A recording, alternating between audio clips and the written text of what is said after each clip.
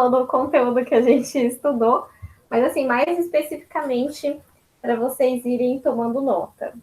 Vamos lá. Vamos começar lá das nossas primeiras aulas, que incluíram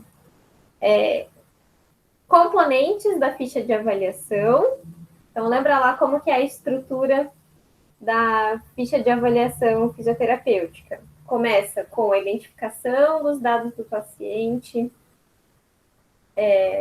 daí temos a parte de anamnese, que investiga as queixas principais, o histórico, enfim. Tentem fazer um breve panorama ali de investigação acerca dos dados inerentes ao indivíduo.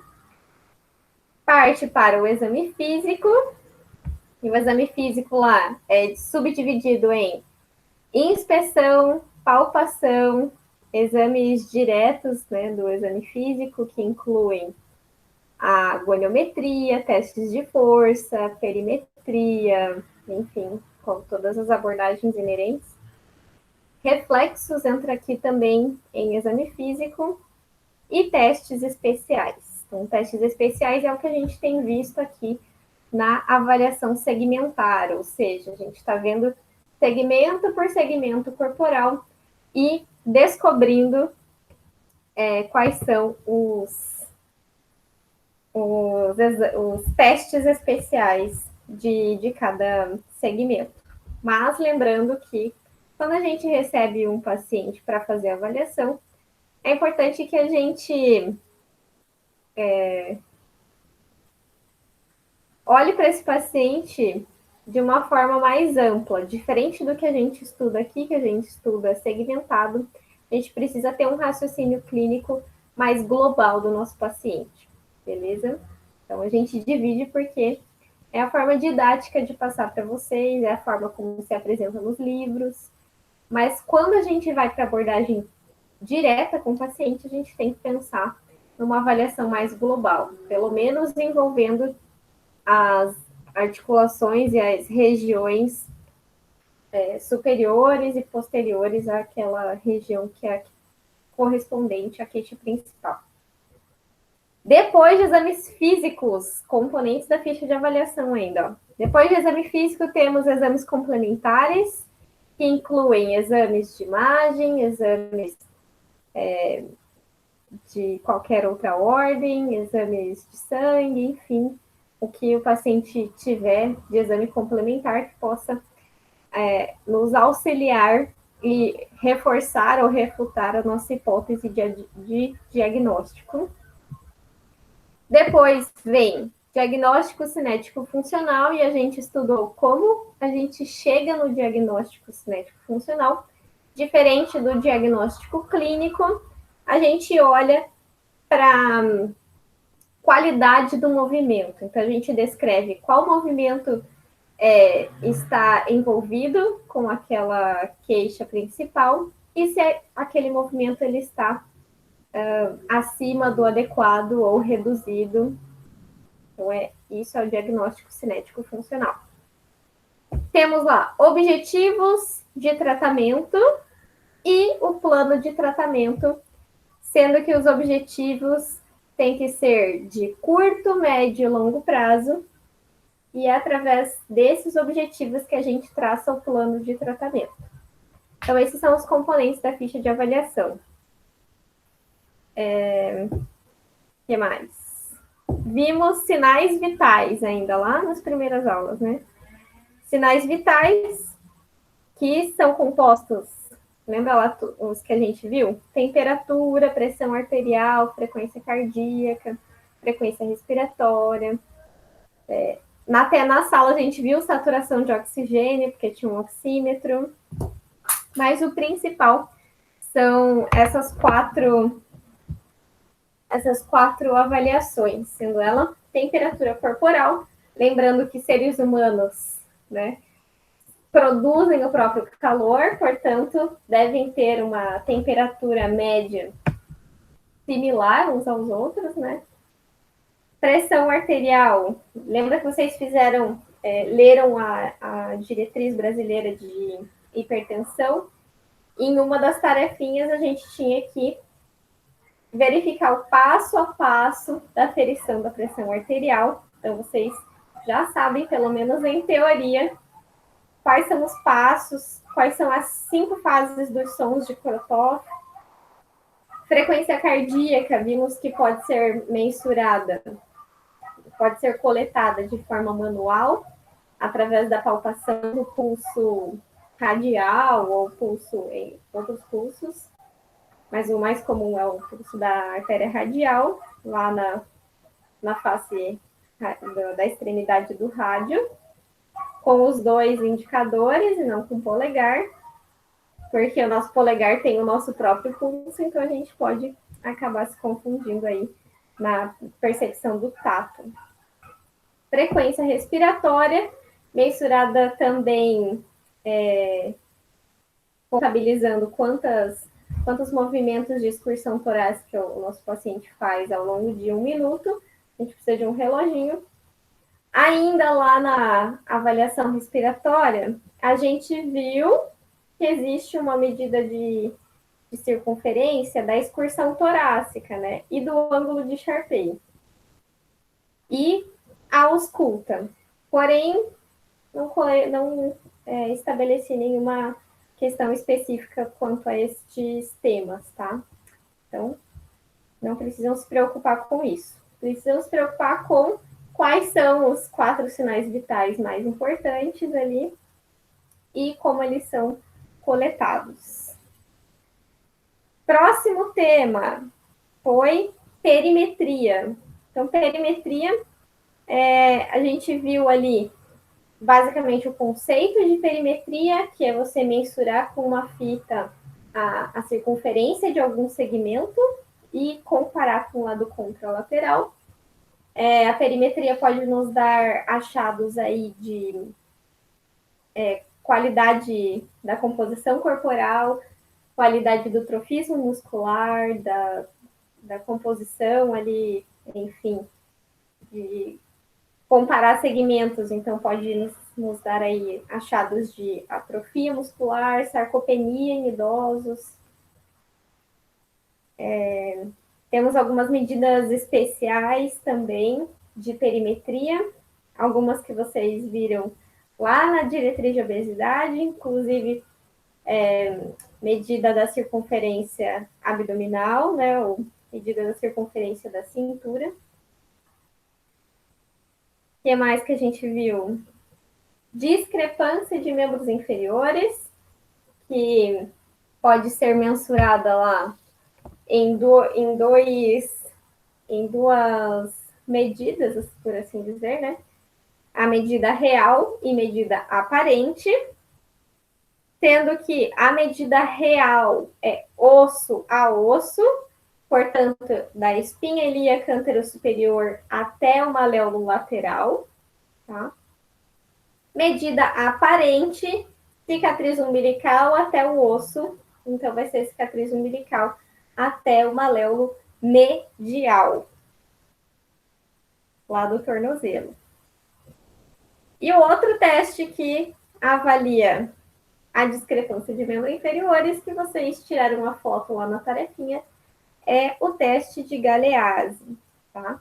Então, lembrar de dar uma repassada aí nos conceitos de perimetria, discrepância de membros e tudo mais. Vimos também goniometria, e goniometria, não se prendam assim a decorar a amplitude do movimento, mas entendam como é feito. Perfeito? Então, entendam assim, basicamente, qual é a posição que o paciente tem que ficar para a gente conseguir mensurar aquela amplitude do movimento. Entendam posicionamento do goniômetro e posicionamento do terapeuta, início e final do movimento. Tá? Basicamente é pensar como que o movimento é feito e qual a melhor forma de eu avaliar, pensando que vai ter uma régua ali, um goniômetro, geralmente na face né, bem do ladinho daquele segmento, tá bom? Então, goniometria também, muito mais do que os ângulos, tá? Então, tipo, tal movimento, cotovelo, flexão e extensão, tudo mais, tá bom? Muito mais do que tentar decorar aí os valores dos ângulos, tentem entender como que essa coleta de testes é feita.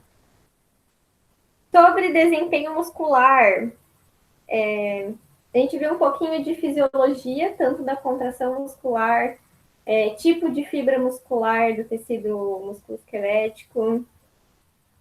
A gente viu um pouco de fisiologia do tecido ósseo também, mas bem básico, assim, nada muito elaborado.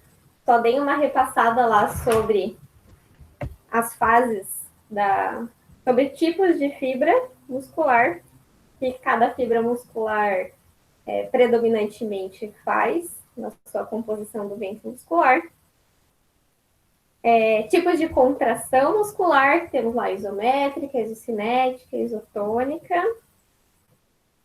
Fisiologia da contração, lembra que a gente fez um mega resuminho da fisiologia da contração muscular? Chegada do potencial de ação, abre os canais de cálcio, o cálcio se liga lá na troponina, troponiosina, abre o espaço para conexão e a actina e a miosina se acoplam, gerando a contração muscular. Tecido ósseo, tipos de células a gente viu, então lembra que a gente tem a balança dos osteoblastos com os osteoclastos. E temos a lei de Wolff, dizendo que contração muscular e o impacto geram aumento do depósito da matriz óssea. Beleza? Então, dei uma passadinha lá,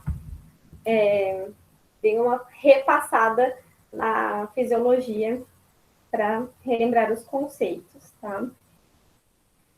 Teste muscular manual, a gente viu também. Graduação de força, a gente vai partir da avaliação da Research Council, ou seja, é aquela escala de graduação de força que vai de 0 a 5, onde 0 não existe nem um traço de contração, ou seja, não existe nem tentativa de contração muscular, e 5 o valor máximo, é quando a contração muscular vence a gravidade e vence uma resistência mais acentuada, então vence uma resistência mais forte, tá? E as outras graduações entre esses dois extremos. Então, graduação de força pelo teste muscular manual vai estar bem presente aí, então, bem uma repassada lá. Muito mais do que, novamente, muito mais do que vocês tentarem decorar quais movimentos são feitos para testar o músculo, pensem na função do músculo que vocês querem testar. Por exemplo, bíceps. Se eu quero testar bíceps, qual que é o movimento que ele faz? Faz flexão do cotovelo, cabeça longa, pode estar relacionado com a flexão do ombro também. Mas, basicamente, o ventre muscular está muito mais relacionado com a flexão do cotovelo. Então, pensem assim exatamente mais assim direcionado com a biomecânica daquele músculo que vocês querem testar, tá bom? Então, a base do nosso teste de força vai ser lá da Research Council, tabela de 0 a 5. Vamos para os temas das aulas que foi avaliação segmentar. Então, lá no tema de avaliação da face crânio, eu pedi para vocês, vou pedir para vocês darem uma repassada em nervos cranianos. Nervos cranianos lá são 12 pares, só para saber que eles existem. E articulação temporomandibular, tá bom? Então, deu uma repassada lá em anatomia, movimentos dessa articulação, testes que podem ser feitos, beleza? Basicamente de avaliação da face crânio, está mais relacionado aí à PM. Coluna cervical. Então, o principal que eu quero de vocês dentro dessa disciplina, saber de todos os segmentos isso, não só para cervical, é que vocês saibam os testes especiais, tá? Acima de outras coisas. Então, saber os componentes da ficha de avaliação, saber o que eu tenho que olhar na inspeção, na palpação, tenho que palpar tecido muscular, processos, acidentes ósseos, tuberosidades, enfim, pontos de referências ósseos e testes especiais, tá? Então, para todos os nossos temas que são de avaliação segmentar, eu vou pedir para vocês darem bastante atenção aos testes especiais, tá bom? Saber para que eu fez. Tá, ô prof. Os principais que vão cair, então, são esses que tu falou agora, os testes especiais, o negócio ali da avaliação, de palpação e tal. Exatamente. Esses são os Isso, principais que vão cair? porque na Tá. nossa aula a gente E aí, faz uma revisão da anatomia e tudo mais, né? Então não se atentem tanto a esse Uhum. bloquinho das nossas aulas. Se atentem mais a como que é feita a avaliação. E no final da aula, eu queria te fazer uma pergunta sobre a goniometria que eu estava lendo ali no livro, aí eu fiquei bem em dúvida. Mas só no final da aula que eu te explico, para não atrasar aqui. Beleza, pode ir. Explico não, eu pergunto, né? Tá bom, tá bom. Então, beleza. Coluna cervical que a gente estava, né? Então, passem lá, veem os testes especiais que são feitos para avaliação da coluna cervical. Sobre a avaliação do ombro, além, então, de toda a parte do exame físico, que inclui inspeção, palpação, goniometria do ombro, perimetria, e testes de força muscular, a gente também tem um slide lá sobre testes de comprimento muscular, mas como não foi um conteúdo que eu dei para vocês especificamente, era só um slide lá, não tem nada especificamente sobre comprimento muscular, mas sobre ombro vocês precisam saber sobre manguito rotador, então quais são os 4 músculos envolvidos no manguito rotador, e o quinto, que é um estabilizador fora do manguito rotador, que é o cabeça longa do bíceps, tá? Então, manguito rotador mais cabeça longa do bíceps é o estabilizador do ombro. São os músculos protetores do movimento do ombro. Ritmo escapolumeral também é bastante importante vocês saberem. Então, para cada 2 graus de movimento da glenohumeral, a gente tem 1 grau de movimento da escápula lá atrás, dando suporte para este movimento, tá? O que mais? E aí, testes especiais, que são bastante, são vários, né? Testes especiais do ombro. Cotovelo. Na aula de cotovelo que a gente estudou reflexos do membro superior, mas lembrando que os reflexos, eles refletem o trajeto do nervo que sai lá da cervical e vai até a pontinha lá do dedo, porém está na aula de cotovelo. Então, estudem reflexos, quais são as raízes, né, as raízes neurais correspondentes da cervical que estão sendo testadas em cada reflexo tendíneo, reflexo bicipital, braquiorradial e tricipital. E testes especiais do cotovelo, tá bom? Testes especiais do cotovelo. O que mais? Avaliação do punho. Também, basicamente, testes especiais.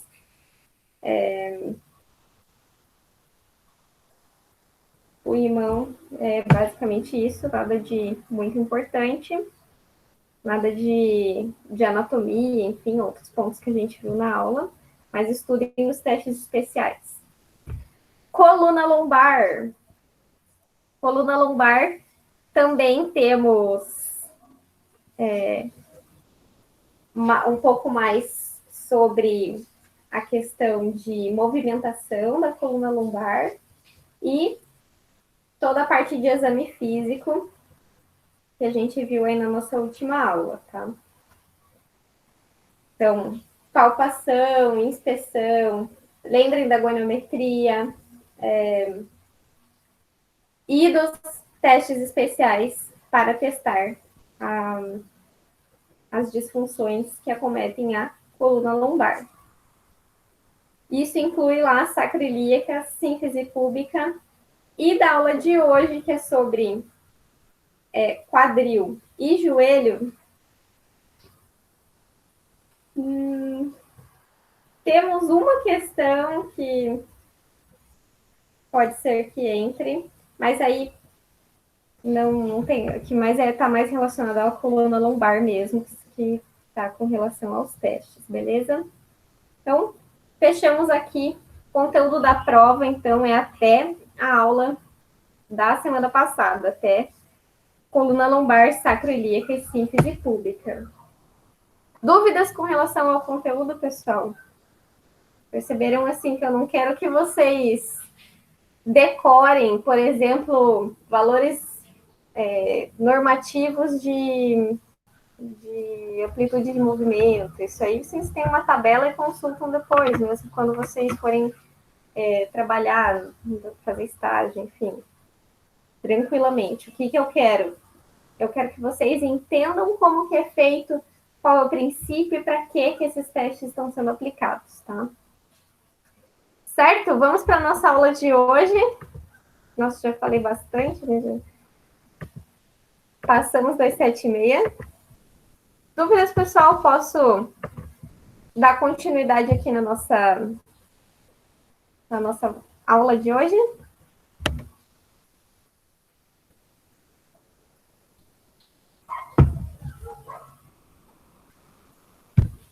Muito bem. Então, nossa aula de hoje é sobre a avaliação do quadril. Então, a gente viu que a cintura pélvica, ela é basicamente o suporte fixo da base da coluna lombar, né? Então, a cintura pélvica, ela é formada pela articulação sacroiliaca, pela articulação acetábulo-femoral, que é a articulação do quadril, e pela síntese púbica.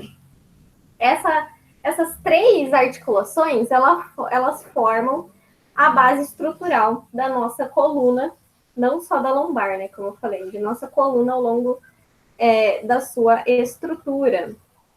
Portanto, essas três articulações trabalham em conjunto para garantir a mobilidade de locomoção dada pelos membros inferiores, pela estatura em pé, ou seja, pela manutenção da nossa coluna para nos manter em pé, e dá também a base para que a gente mantenha o nosso equilíbrio sobre os dois pés, sobre os membros inferiores, certo? Por isso que a gente tem duas articulações pouco móveis, que são a sacroiliaca e a síntese púbica, e nós temos a articulação que vamos estudar hoje, que é basicamente a acetábulo-femoral, ou basicamente a articulação do quadril. Né? O nome dessa articulação mesmo é articulação do quadril, é acetábulo-femoral. Quais são as características anatômicas desta articulação? Se a gente comparar a articulação do quadril com a articulação do ombro, a gente percebe algumas semelhanças, né? Então, a gente tem um osso maiorzão, que apresenta uma cavidade, e um osso longo, que apresenta uma cabeça redonda, né? Isso tanto no quadril quanto no ombro. Qual que é a diferença? A diferença está na profundidade deste contato articular. Então, no quadril, a gente tem um grande contato ósseo, revestido por um labrum, que é uma espécie de cartilagem envolvendo a cabeça do fêmur. E esta conformação do quadril garante muito mais estabilidade e, mesmo assim, permite uma determinada amplitude de movimento. Não é tão amplo quanto o ombro, mas é muito similar e permite vários movimentos que são realizados aí pelo membro inferior. A cabeça do fêmur se encaixa no acetábulo, que é essa fossa redondinha ali no osso do ilho.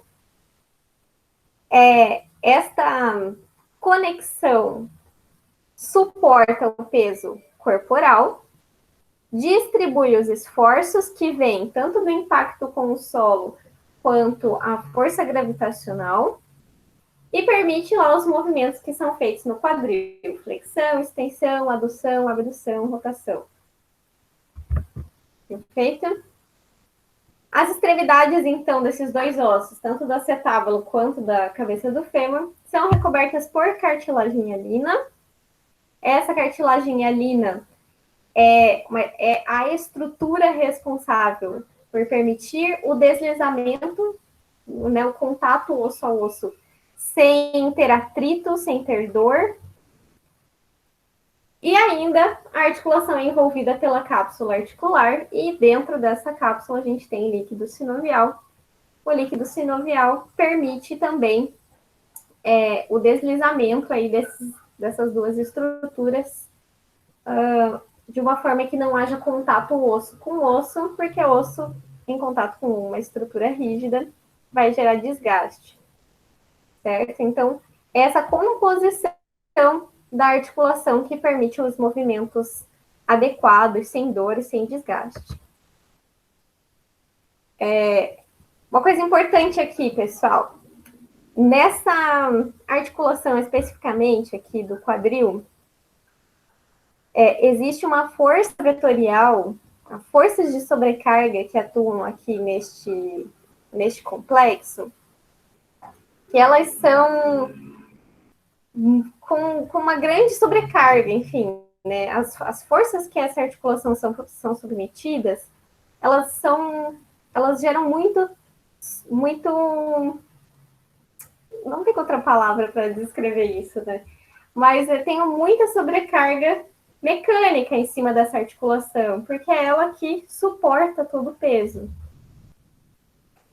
Então, a gente tem dois conceitos de distribuição de cargas aqui nessa articulação, que é 3 vezes o peso do corpo durante a marcha, que é o apoio unilateral de um membro, né, de uma forma cíclica, e 7 vezes durante corridas, escadas,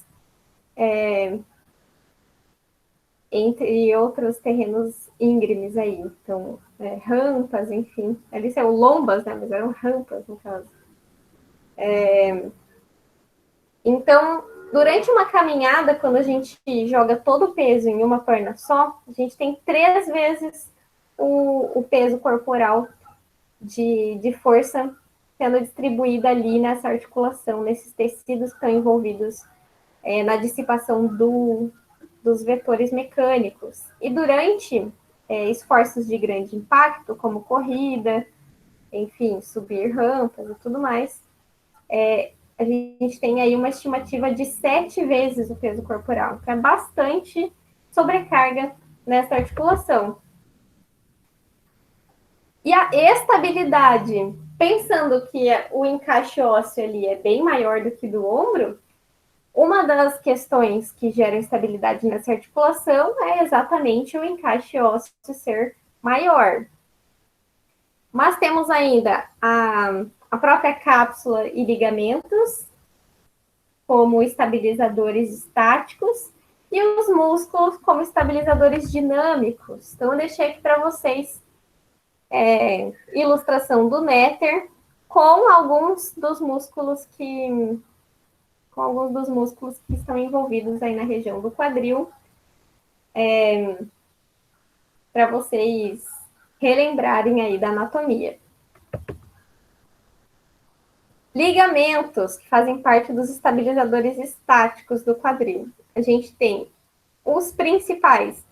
É o ligamento em Y, ligamento iliofemoral em Y, que é esse aqui que está nessa imagem. Em Y por quê? No ilho, nessa proeminência óssea do ilho, sai um tufo de ligamento, mas eles se inserem aqui no fêmur em duas proeminências ósseas diferentes, tuberosidade maior e tuberosidade menor do fêmur. Por isso é em Y.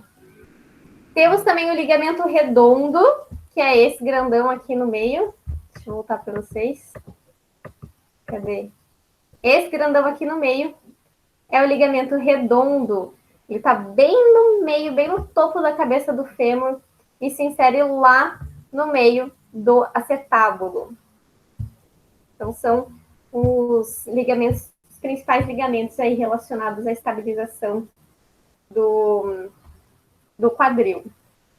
Porém, só esses ligamentos não são suficientes, né, para garantir a estabilização, especialmente durante os movimentos. Então, a gente tem músculos que são os estabilizadores dinâmicos do quadril. Então, a gente tem os glúteos, que são 3, glúteo mínimo, médio e máximo, atuam ali com as forças de extensão e sustentação lateral, unilateral do corpo. E trato iliotibial, que são esses músculos na faixa lateral do nosso tronco, do nosso membro inferior. Então, estes são os estabilizadores dinâmicos. Eles vão estar bastante presentes na nossa avaliação, especialmente na avaliação da marcha, tá? A gente vai conseguir dar uma estudada mais a fundo sobre a atuação desses músculos durante a estabilização unilateral. Quando temos alguma deficiência, especialmente aí de glúteo médio e tensor da face lata, a gente tem um sinal de Trendelenburg positivo. O que é esse sinal de Trendelenburg? É quando você fica em uma perna só e o quadril da perna que está em suspensão, ele cai. Porque o glúteo médio que está... cujo membro inferior está em extensão, em apoio unilateral, ele não tem a capacidade de sustentar a sua tensão e acaba permitindo com que a gente incline para o lado, ocorrendo a queda da pelve. Certo? Isso pode acontecer de uma forma dinâmica, com a pessoa, que a gente só dando a orientação postural, a pessoa já consegue corrigir, ou pode ser uma disfunção aí realmente de origem neural, enfim, de fraqueza muscular mesmo, não é só de falta de orientação para ativar esse músculo. Em casos de amputação, o que a gente tem? Amputados abaixo do joelho, mantém a inserção do trato iliotibial, que é esse músculo da face lateral da perna, da face lateral da coxa, porque ele se insere lá embaixo na fíbula. Então, esses indivíduos conseguem manter o apoio na perna amputada, porque o músculo está íntegro ali, manteve a sua zona de inserção, portanto, eles conseguem manter o apoio unilateral. Já amputados acima do joelho, existe o comprometimento desse trato lateral, trato iliotibial. Portanto, esses indivíduos vão ter uma maior dificuldade para ficar em pé no apoio unilateral sobre o membro amputado, ou até incapacidade de ficar sobre um apoio unilateral do lado amputado. Muito bem. O que a gente precisa buscar lá no exame físico de queixas relacionadas ao quadril? Basicamente, pensando na origem das queixas relacionadas ao quadril e dos problemas que acometem essa região, o mais comum, se não todas as vezes, né?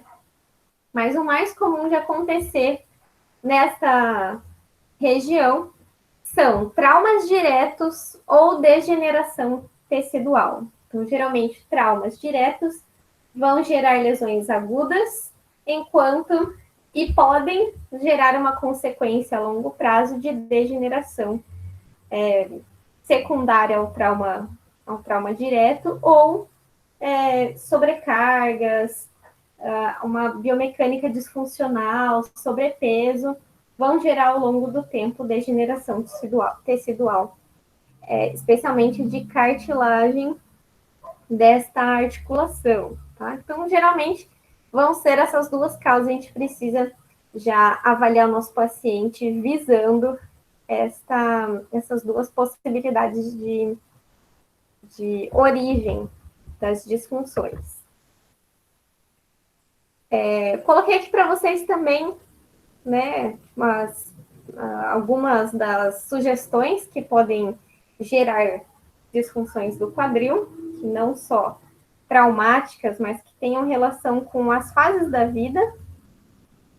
E a gente precisa lembrar, ou pelo menos ter o conhecimento, de que durante a infância, pensem lá, quando chega o paciente para você avaliar, é uma criança com queixas relacionadas ao quadril, a gente já precisa tentar ver se existe essas duas possibilidades.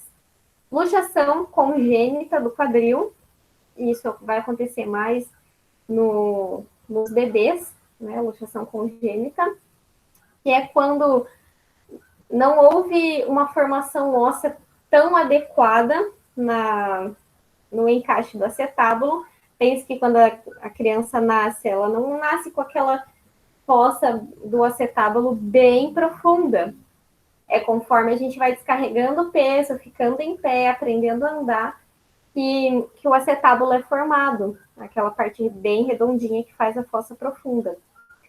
Tem algumas crianças que existe essa disfunção aí na formação óssea, na descarga de peso e tudo mais. E são as causas de luxação congênita. Essa parte da infância vocês vão ver mais para frente lá em saúde da criança, vocês vão estudar tudo isso.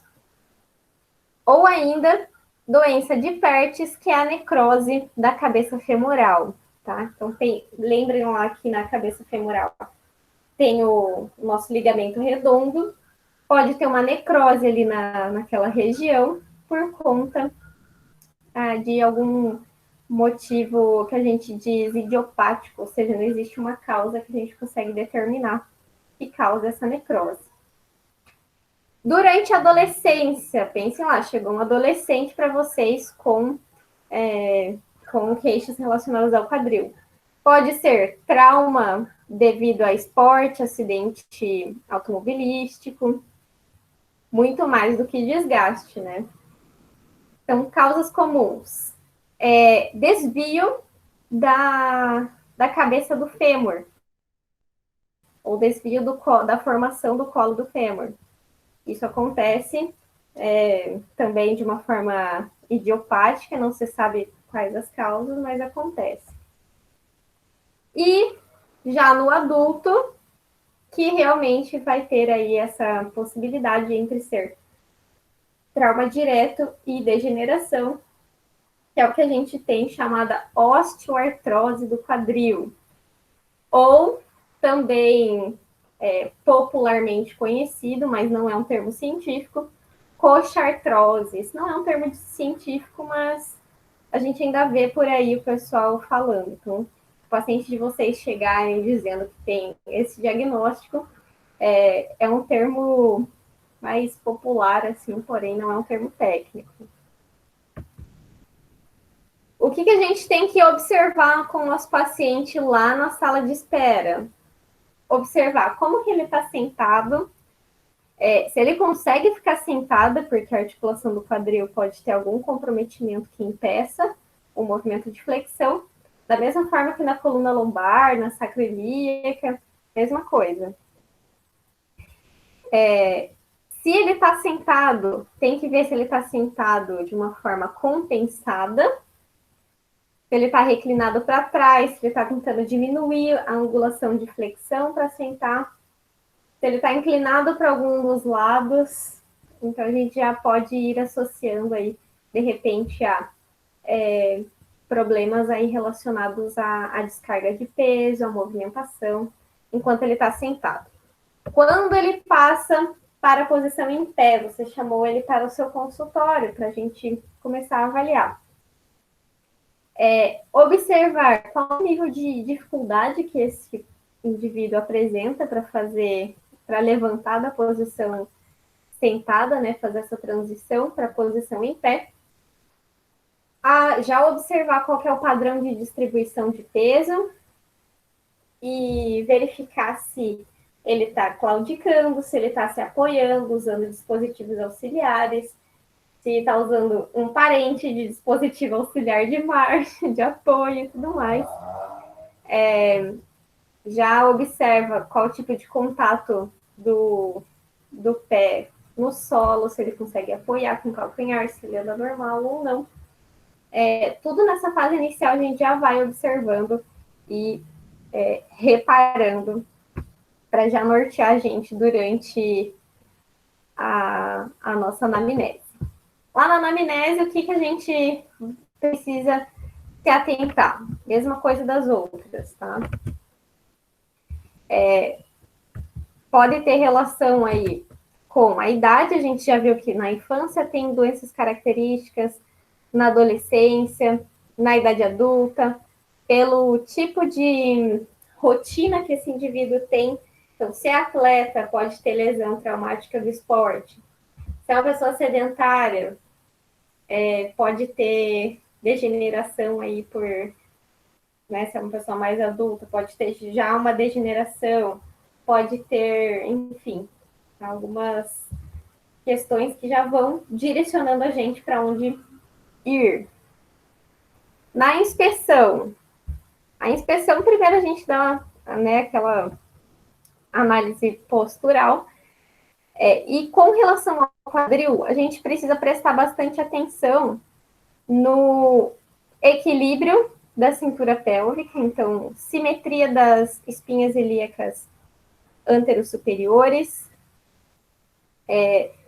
Na face posterior também avaliar simetria das espinhas póstero-superiores, simetria da prega glútea e descarga de peso se está simétrica para os dois lados. Geralmente, o que acontece? Na postura antálgica, para reduzir a dor, geralmente, né, existe a projeção de todo o peso para o lado que dói menos, para o lado ou para o lado não acometido da lesão, tá? Então, a gente pode já visualizar, de repente, algumas posições compensatórias, um desvio postural, enfim. São coisas que são possíveis de encontrar. Uma outra abordagem aí na inspeção do paciente é pedir para que ele caminhe. Então, vamos fazer já uma breve análise da marcha.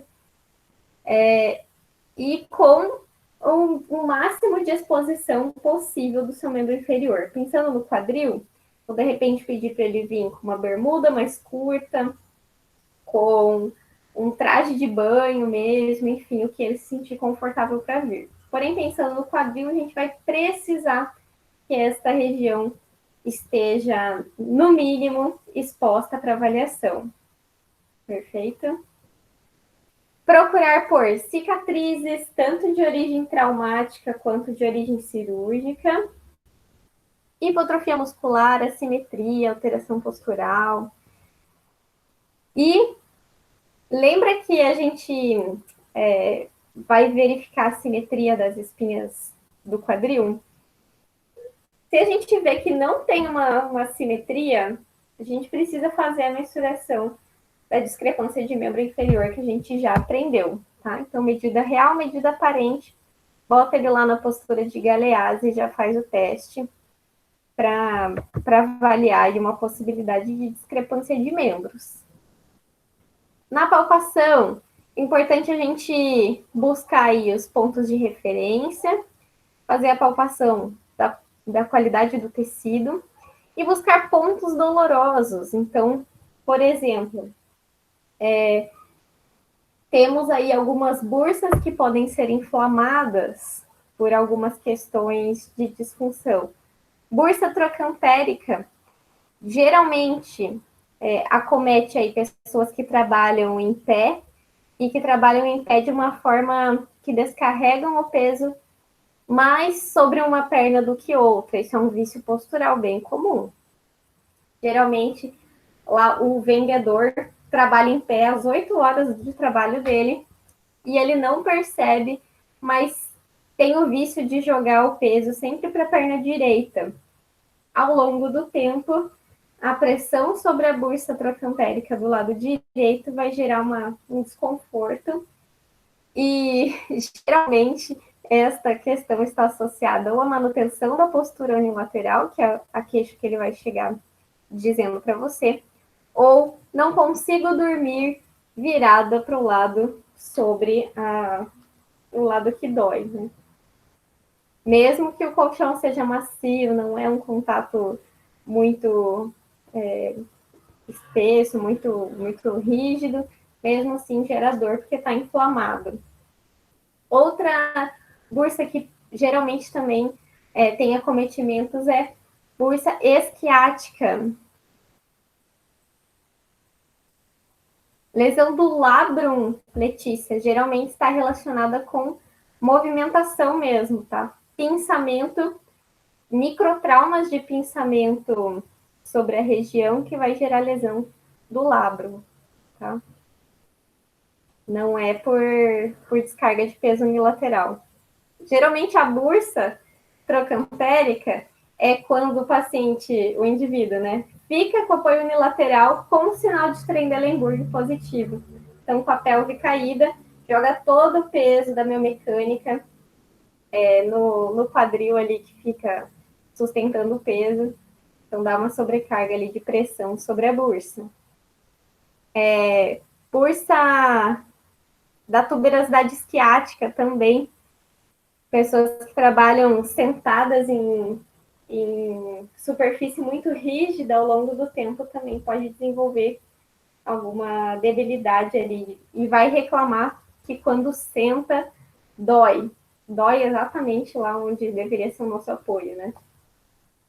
Outras regiões importantes aqui do quadril, mas que podem estar intimamente relacionadas a lesões da coluna, é a região do piriforme, que é por onde passa o trajeto do nervo ciático. Então, ali, geralmente, quando tem algum acometimento lá da lombar, o piriforme vai estar bem contraído, vai ter ponto gatilho, então pode ser que exista ali um sinal positivo de doloroso nessa região. Vamos ver se é o próximo slide aqui, do trígono femoral, muito bem. Outro ponto importante de palpação é o trígono femoral, que é essa região inguinal, aqui é a região da virilha, entre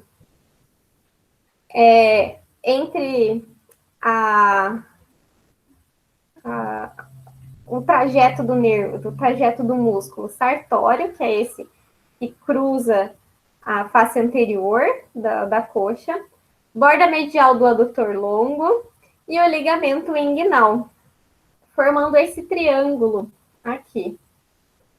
Esse triângulo Ele é importante porque ele não tem um revestimento muscular, não tem um revestimento rígido. É a parte interna aqui da virilha. É por onde passam os vasos e nervos importantes, os grandes vasos calibrosos do nosso membro inferior. É uma região que pode apresentar herniações por esforço. Então, existe uma hérnia chamada hérnia inguinal, que está associada aí à execução de esforço físico na região. Enfim, geralmente está ligada à execução de esforço em apneia. Então, a pessoa faz alguma atividade que exige muito esforço, trava a respiração, aumenta a pressão interna e faz o movimento. Enfim, isso ao longo do tempo pode gerar uma hérnia, ou seja, um pedacinho de tecido que pula para fora ali desta região. Então, pensem que aqui é uma região onde passam vasos importantes, nervos importantes, que vão irrigar e inervar aí o membro inferior. Portanto, uma região importante de ser observada, de estar atento, tá bom? E como que a gente começa lá, depois da inspeção? A gente vai pedir para o paciente fazer os movimentos ativos de quadril, então, flexão, extensão, abdução, adução horizontal, né, que é cruzar a perna na frente da outra, rotação interna e externa.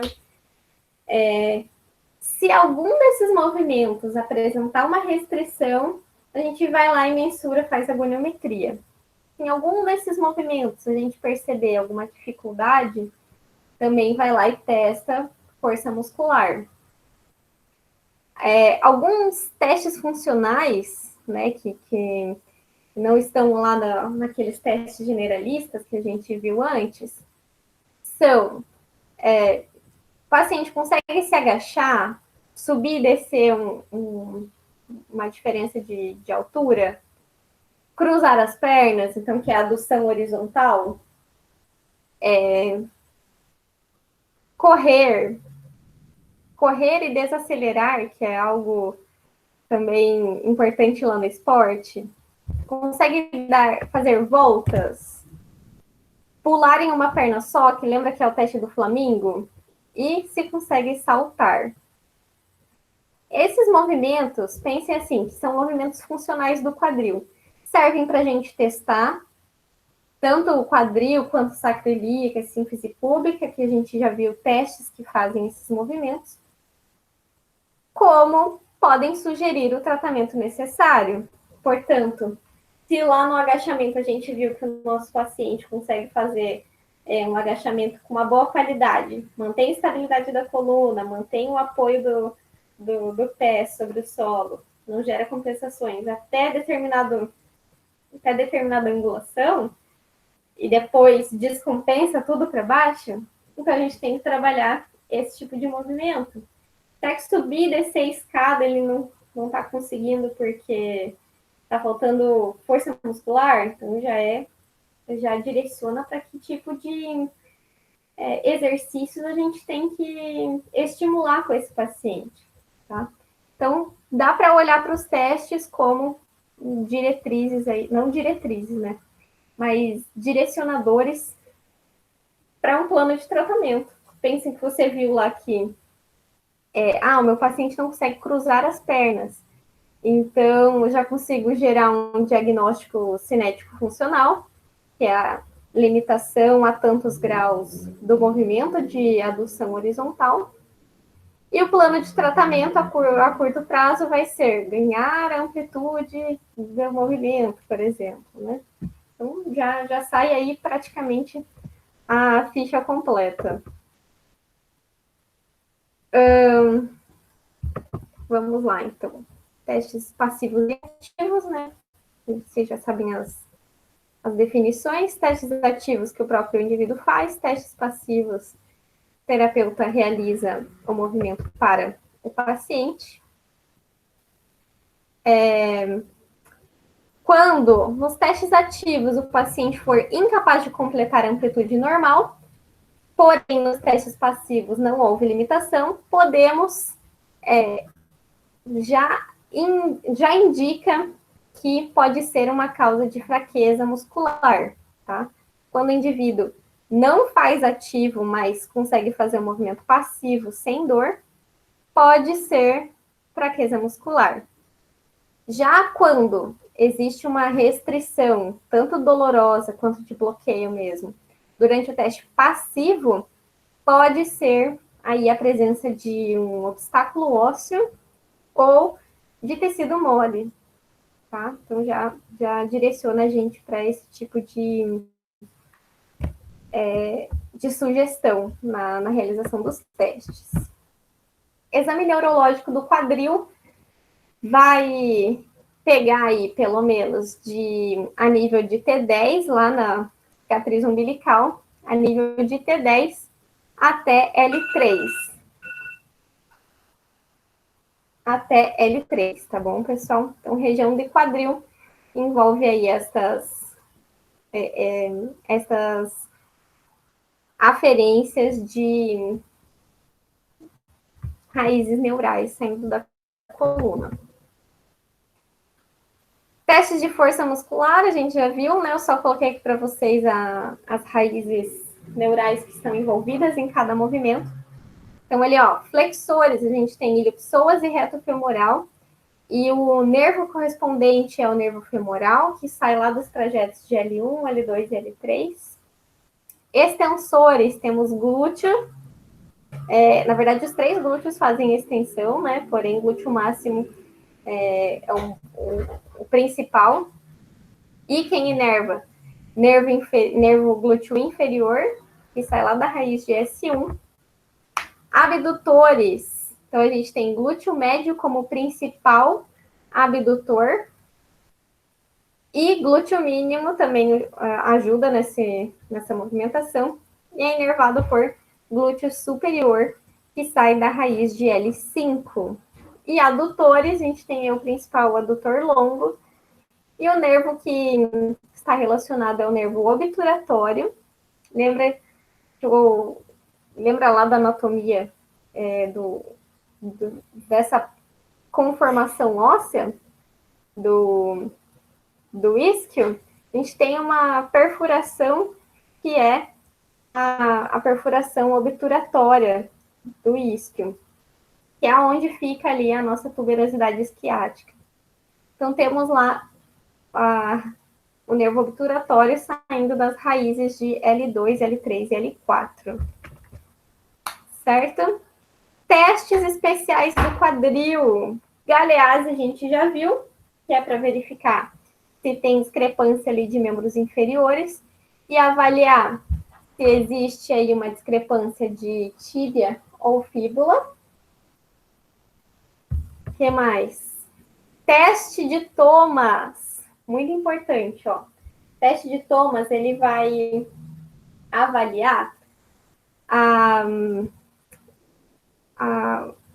o encurtamento muscular dos flexores do quadril.